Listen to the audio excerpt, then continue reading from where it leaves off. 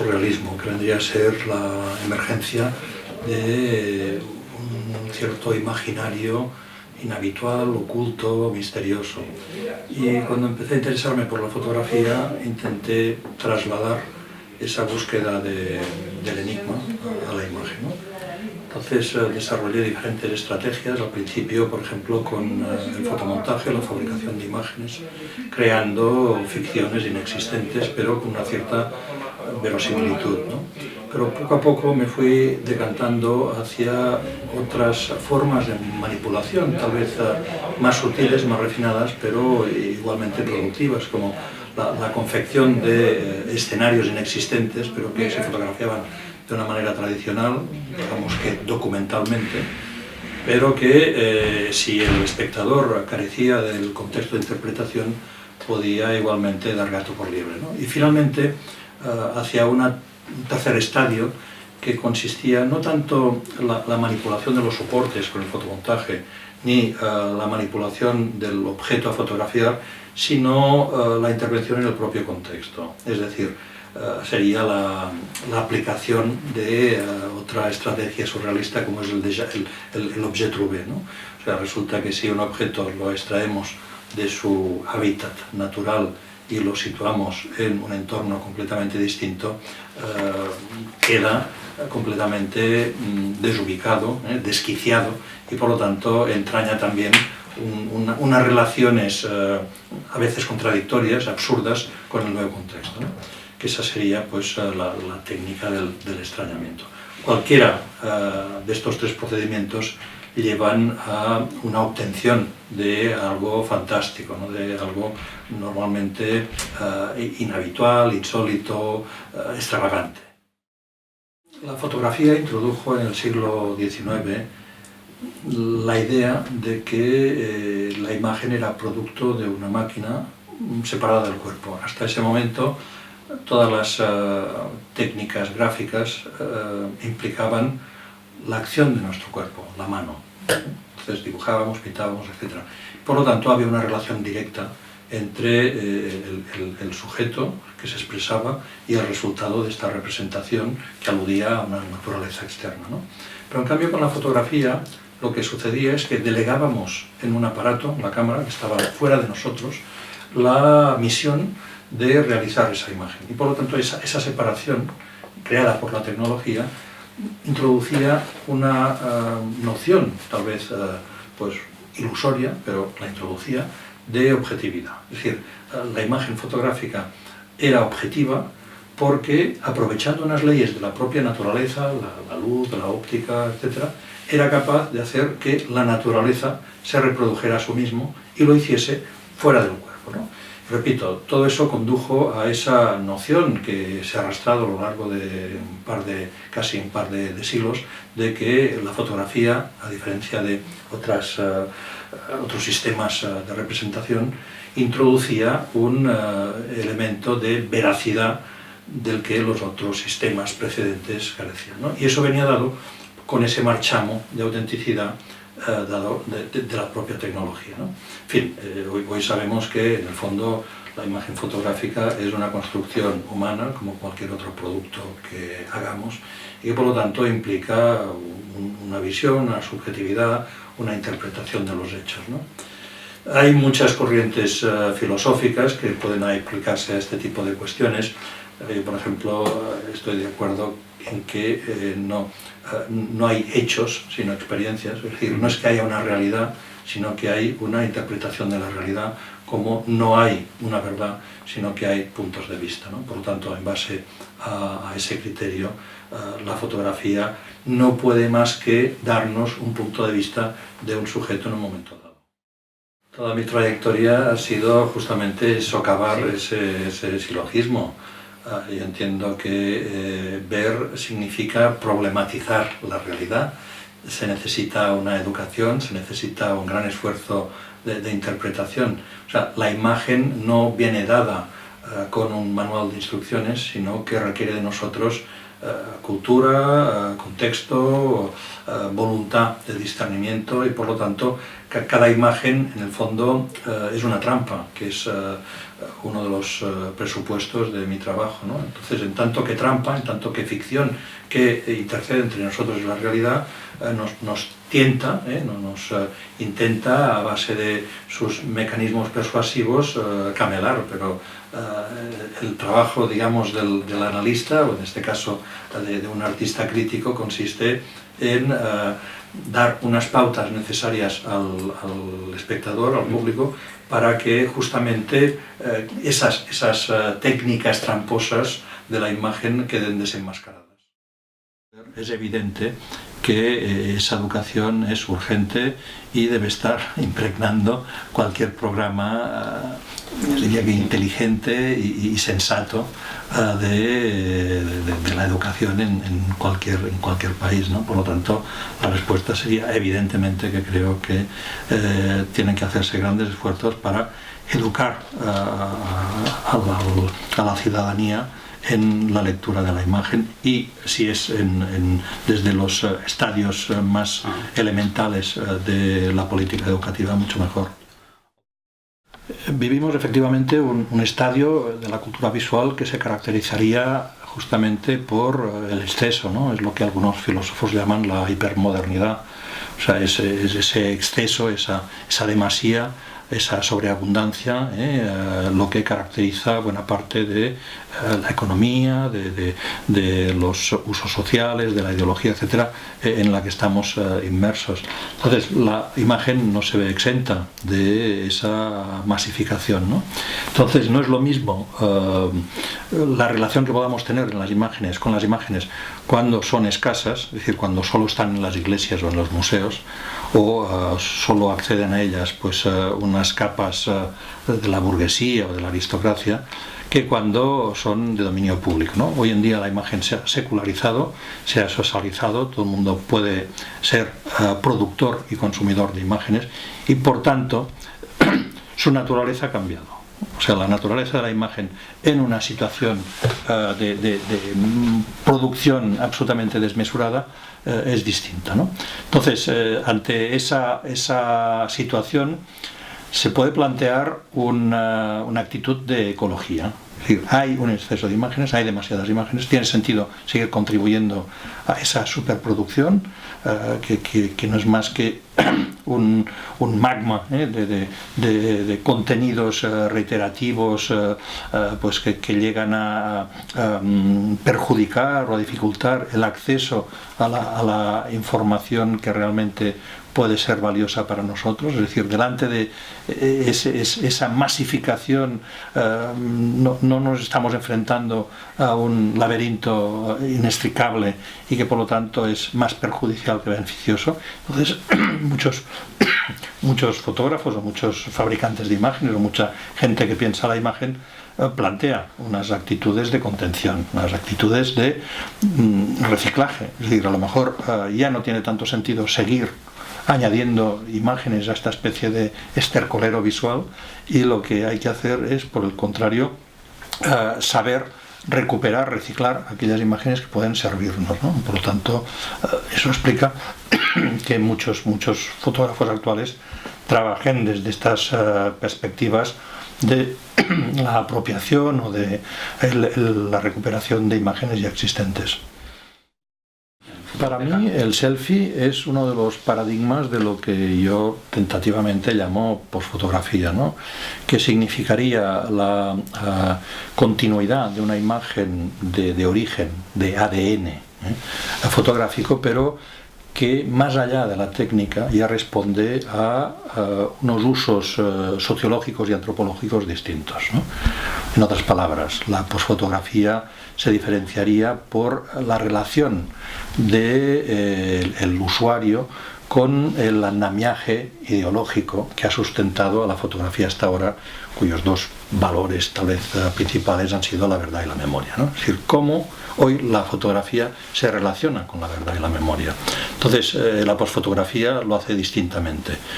El selfie, por ejemplo, para mí viene a ser la muestra de la sustitución de lo documental por la marca biográfica. Es decir, cuando nosotros hacemos un selfie, por ejemplo, nos encontramos a un personaje famoso y nos queremos retratar con ese personaje, pues no se trata tanto de hacer el retrato de ese personaje, sino de evidenciar que nosotros hemos estado con este personaje, que hemos tenido al lado, ¿no? Que nos hemos tocado, ¿no? Y nos hemos hecho esa foto.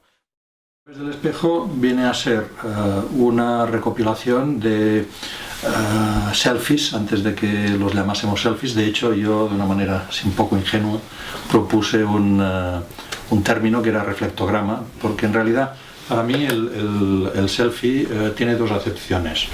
Una sería la autofoto, que consiste en coger la cámara, extender el brazo y en vez de fotografiar fuera de nosotros, la invertimos y nos fotografiamos a nosotros, y entonces estamos supeditados a nuestra propia distancia, a no ser que utilicemos la selfie.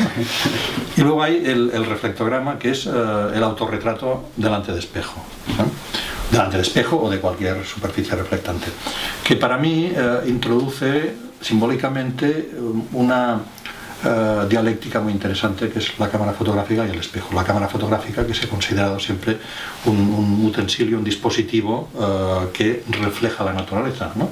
Entonces, al hacerse reflectogramas, el aparato que registra, que es la cámara, queda registrado en el propio resultado, con lo cual es una pirueta así barroca, ¿no? Una pirueta semiótica interesante.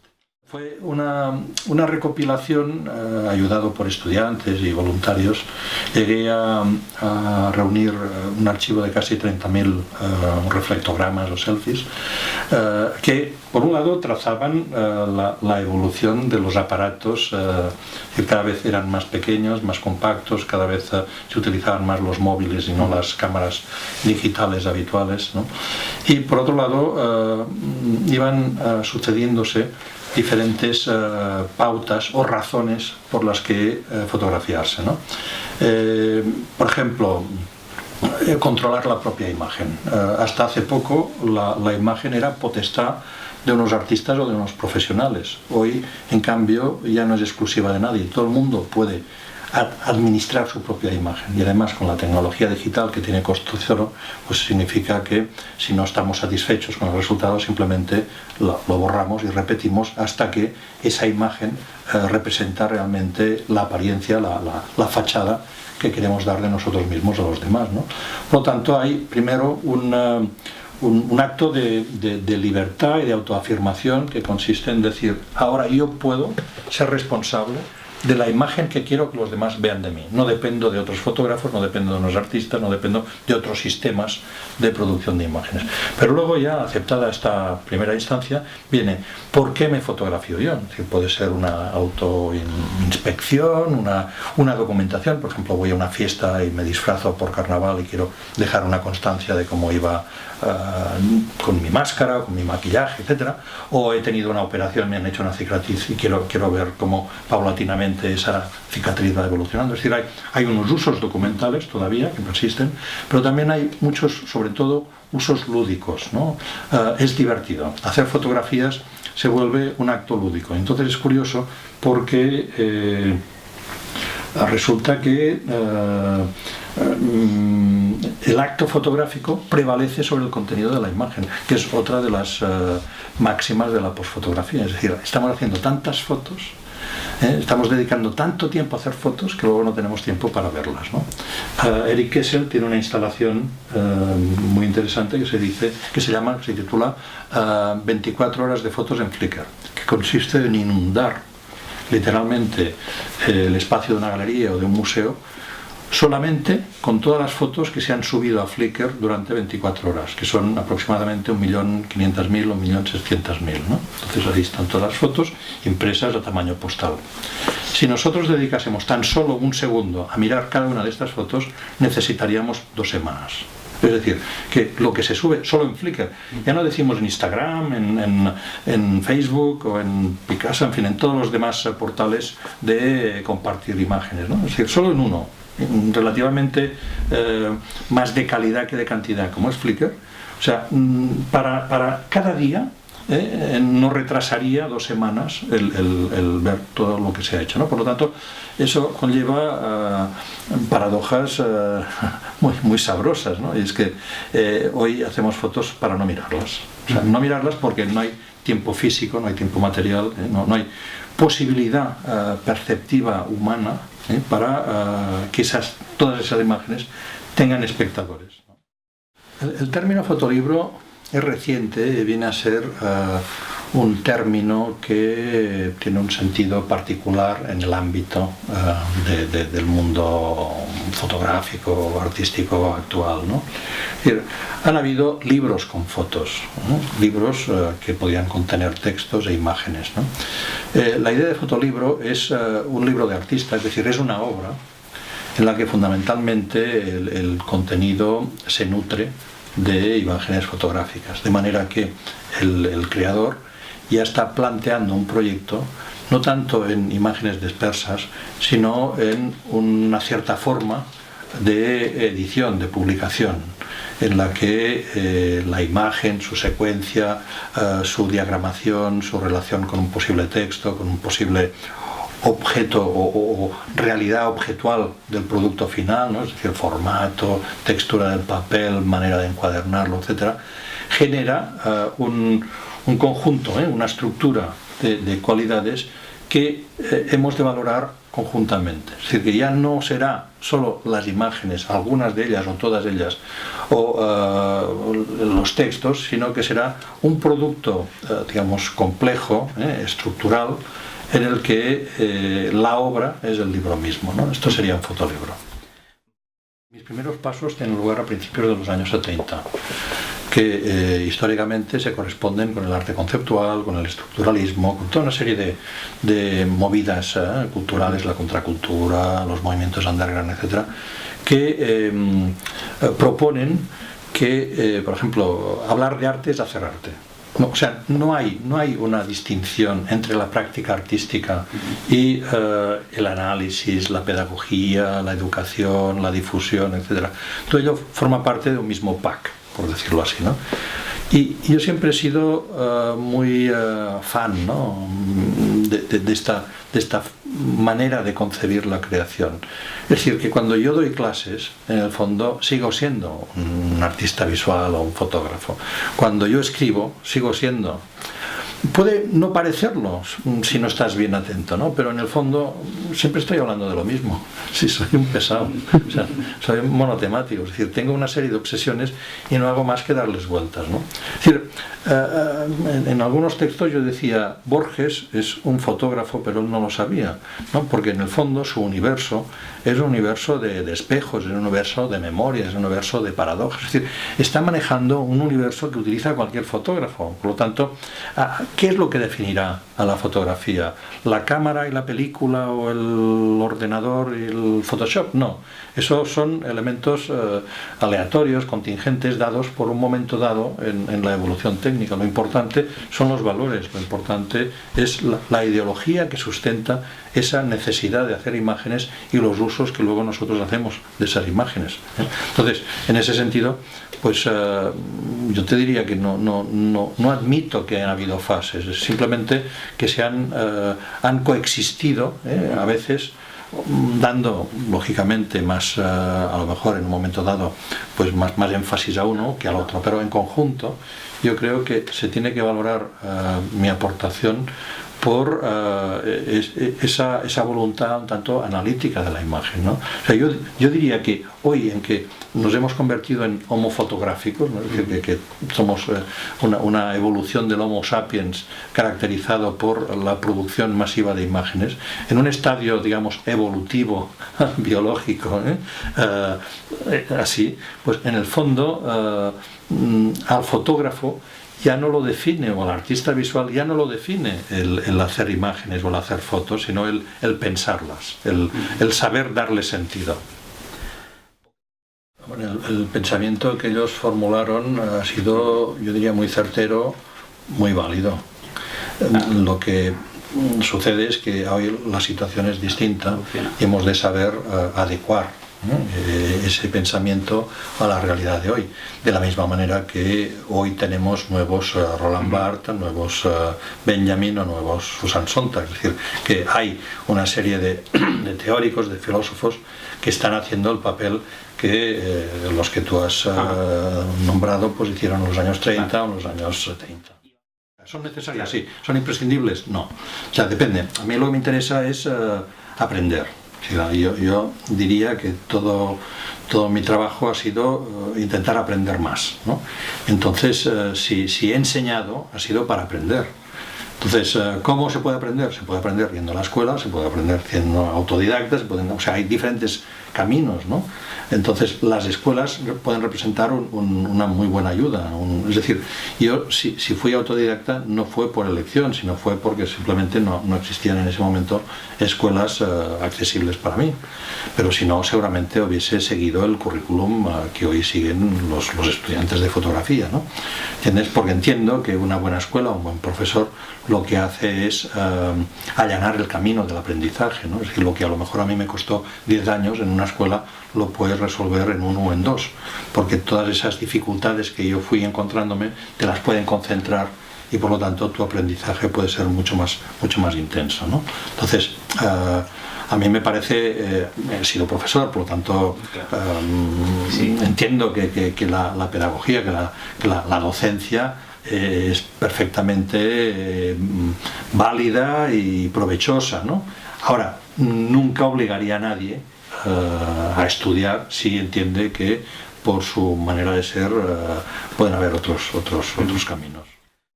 Mucha parte de mi trabajo se sitúa dentro de la categoría del fake, que vendría a ser como una modalidad del arte contemporáneo que infiltra contenidos falsos dentro de estrategias de contrainformación, ¿no? Es decir, que no pretenden el engaño, sino justamente desenmascarar los instrumentos del engaño, ¿no? Por lo tanto, este tipo de actuaciones pues han sido consideradas políticamente incorrectas, pero me parecen perfectamente legítimas y productivas, en la medida en que son una crítica a determinadas plataformas institucionales que diseminan información o conocimiento de una forma autoritaria.